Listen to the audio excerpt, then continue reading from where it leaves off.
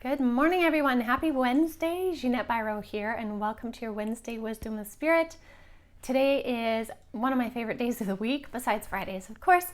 But Wednesdays is where I tune into Spirit through mediumship or channeling.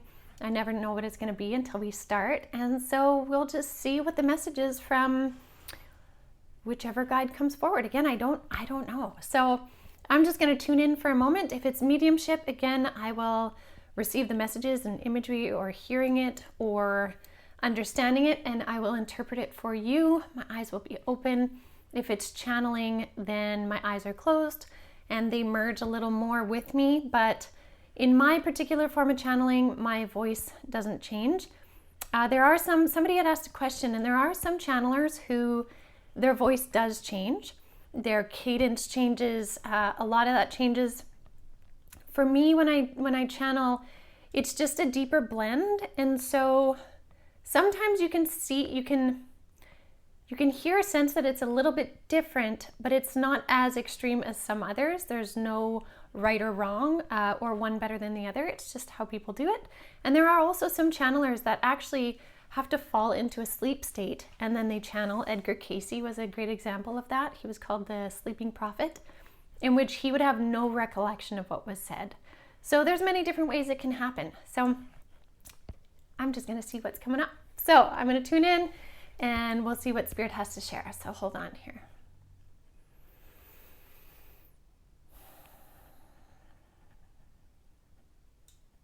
Okay, they are very quick, very, very quick. This is going to be mediumship. This is from my council. So there's several different beings, some angels, spirit guides, all that kind of stuff on my council. And the theme for what they're talking about is this week is a week in which many things will flip the script or flip the shoe. So we know it more as like flip the script. They're saying flip the shoe, and what that means is like having a shoe put on the other foot, or trying on a different shoe, or somebody else walking in your shoes, but like flipping the perspective, but all with the purpose of alignment. So this does really echo what has been coming through in the cards Monday, Tuesday. So, okay, now the reason why they're saying flip the shoe, this is beautiful. Sorry, as I'm getting it, I understand it. You know how oftentimes we feel like in life, say, someone doesn't understand my perspective. They don't know what it's like to walk in my shoes, right? We've all heard that statement before. Now, many of us have felt that way with Spirit. Spirit doesn't know what it's like to walk in my shoes as a human, right? I've heard a lot of people say that. I've had times where I've said that too, where I'll say to my guides, listen, you're at your perspective, but you're not in the human perspective, and this is human perspective.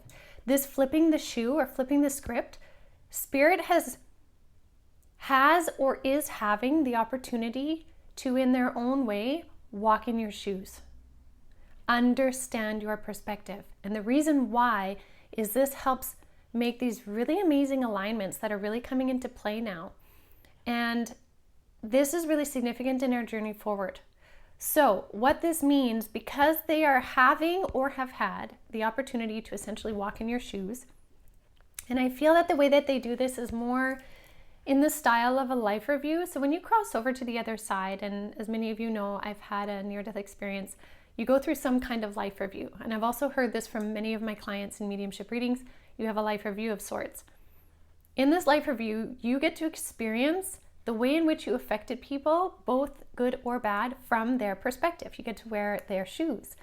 So the way that Spirit is having this opportunity, or your guides, to walk in your shoes is kind of like that, through almost like osmosis, or it's like a template. They get to put on that template, literally, figuratively, try on your shoes and see what it feels like.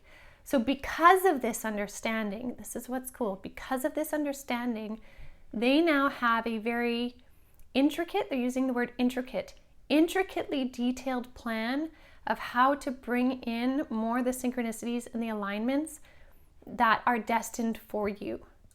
Because what's happened, and again, this is just so neat to see it unravel, with all the work that you've been doing, the way in which you've been putting things forward, clearing space, making space for new to come in, every time you've done that, you've essentially given them a detail of what aligns with you, what doesn't, what resonates, what doesn't. And all of those details have helped them formulate an intricate plan to coincide with your desires, your dreams and desires. So when, I know we've said it on Spirit Coffee Talk, I know I've said it in my podcast, and even in Cosmic Consciousness circles, ask for what you want and ask several times over. Because as you're clearing out your stuff, as you're asking for what you want, you're giving the spirit world the details they need to create the most intricately laid plan to help merge your movement forward. Now, if we take it back to the cards we've been seeing of movement forward, delays being over, because it's like flip the script or they walked in our shoes, we now get to see, again, these alignments of beautiful synchronistic things with detail. And now I want to explain this idea of detail, because it may not be the exact detail that we put forward, because when we're manifesting and creating what it is we desire, we have to kind of put it out there. We can give some parameters, but then let the universe bring it in, right? We take all the action potentials we can, and then there's a certain amount of surrender for what the universe brings in. If we stay too rigid to our details, then sometimes the universe can't bring it in that way. But it doesn't mean the universe doesn't want to be as detail-oriented to merge more seamlessly, right? If they can merge frequencies of things more seamlessly with us, then that makes for better fusion or cohesion in this movement forward. And so they're saying the main, I want to say reason, also benefit, purpose, all of that behind this detailed kind of alignment is so that they can form a tighter bond with you. Because the more space we make, the more they come and bring it in to really create this tight bond, the stronger there is of a platform of communication between you and them. The higher we go in frequency of consciousness, 5D frequency, the more that we can communicate, the wider this pathway becomes. Maybe at first it's only like a pathway like this, but over time we create more bonds and it becomes a thick pathway. So this is why the spirit world is really excited about bringing this forward and creating this momentum and bringing in these details, because they understand. Oh, it's beautiful. When you walk in somebody else's shoes, you can't help but understand where they're coming from.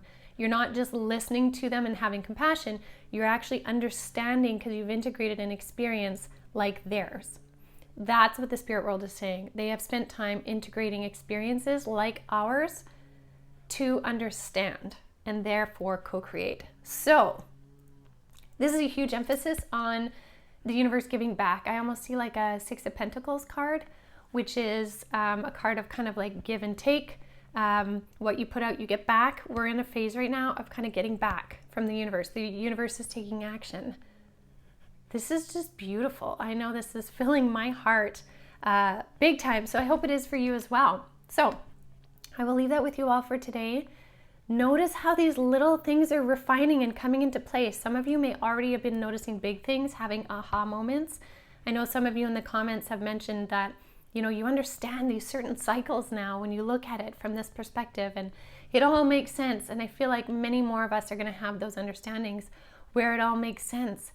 And there is significant movement forward, because we're not meant to just continually be ruminating in the muck like forever and ever and ever. If we've been doing the work, you get to slowly be moving yourself out of the muck. And so many of us, a great proportion of us, pretty much you all listening, are going to be seeing the fruits of your harvest, the fruits of your labor.